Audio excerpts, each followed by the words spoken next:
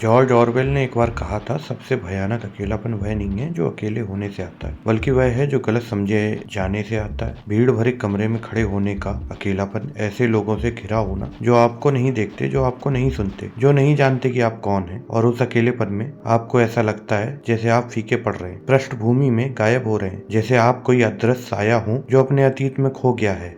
यह लोगों, दोस्तों, परिवार, सहकर्मियों से घिरे होने का वह गहरा दर्द है। फिर भी खुद को पूरी तरह से अदृश्य महसूस करना।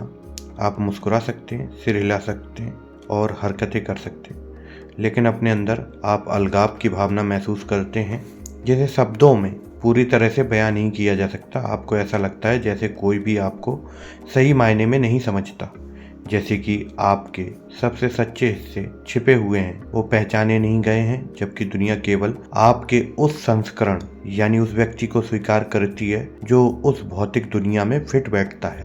इस तरह का अकेलापन बहुत ज्यादा परेशान करता है, क्योंकि यह अकेलापन लोगों की अनुपस्थिति के बारे में नहीं है, यह उस कनेक्शन की अनुपस्थिति के बारे में है जो आप चाहते हैं कि आपको वैसा ही देखा जाए जैसे आप वास्तव में हैं। कोई आपकी आत्मा की भाषा, आपकी विचित्रता, आपके सपने, आपके दिल की जटिलताओं को समझे, लेकिन जब आपको गलत समझा जाता है तो ऐसा लगता है जैसे आपकी आंतरिक दुनिया और बाहरी दुनिया के बीच एक ऐसा अंतर है जिसे पाटा नहीं जा सकता है। यह एक कांच की दीवार के पीछे खड़े होने जैसा है, और इस उम्मीद में कि कोई आपको देखेगा, और वास्तव में लोग आपको देखेंगे, लेकिन फिर आपको एहसास होता है कि वे आपको न देखकर आपके पीछे देख रहे हैं। खुद को अज्ञात महसूस करने की उस जगह में आप खुद से सवाल करना शुरू कर देते हैं। आप सोचते हैं कि क्या आपको बदलना चाहिए, क्या आपको वह बनना चाहिए जो दुनिया आपसे उम्मीद करती है या चाहती है, बस स्वीकृति का एक संकेत महसूस करने के लिए। लेकिन फिर भी अकेलापन गायब नहीं होता, यह केवल बढ़ता है, क्योंकि गहरी त्रासदी आपके अपने सार का धीरे धीरे लुप्त होना है। आपके वे हिस्से जिन्हें आप छिपाना या छोड़ना शुरू करते हैं, बस अकेलेपन के लिए आप एक छाया बन जाते, एक जीवंत आत्मा का भूत जो कभी आप थे, चुपचाप बहते हुए इस उम्मीद को थामे हुए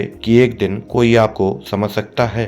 इस तरह के अकेलेपन को इतना दर्दनाक बनाने वाली बात यह है कि यह सिर्फ प्यार पाने की चाहत नहीं है, यह जाने जाने की चाहत है, और जाने जाने के लिए प्यार पाने की चाहत है। किसी के लिए आपके उन हिस्सों को देखना जो गंदे, जटिल और टूटे हुए हैं, और यह कहना कि मैं तुम्हें देख रहा हूँ, मैं समझता हूँ और मैं यहाँ हूँ। यह किसी के लिए तड़प है जो आपके दिल की सबसे धीमी फुसफुसाहट को सुन सके और बिना किसी निर्णय या अपेक्षा के आपकी आत्मा की गहराई को महसूस कर सके। फिर भी उस भयानक अकेलेपन में भी एक शांत शक्ति है, अपने सार को थामे रखने में एक लचीलापन है। तब भी जब यह अदृश्य लगता है, अपने प्रकाश को जीवित रखने में, दुनिया की गलतफहमी को, अपने भीतर की आग को बुझाने से मना करने में साहस है। आप अनदेखा महसूस कर सकते हैं, लेकिन सच्चाई यह है कि आपकी विशिष्टता, आपकी जटिलता वही है जो आपको असाधारण बनाती है। कहीं ना कहीं कोई इसे महत्व देगा, और तब तक आप इसे महत्व दे सकते हैं।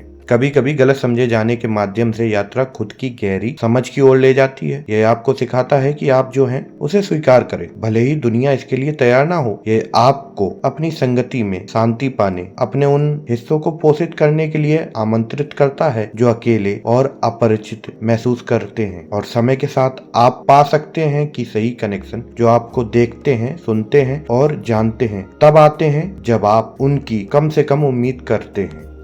तो रुको, अपने सार को जीवित रखो, छाया बनने से इनकार करो, भले ही इसका मतलब कुछ समय के लिए अकेले खड़े रहना हो। आपका सच्चा स्वयं जश्न मनाने का हकदार है, और हालांकि इंतजार लंबा लग सकता है, पूरी तरह से जाने जाने की सुंदरता हर पल के लायक है। आपके लोग जो वास्तव में आपकी आत्मा को समझते हैं वहाँ हैं, और जब वे आपको पा लेंगे तो भयानक अकेलापन फीका पड़ने लगेगा। आपको एहसास होगा कि आपका सार कभी छिपने के लिए नहीं था, यह हमेशा चमकने के लिए था।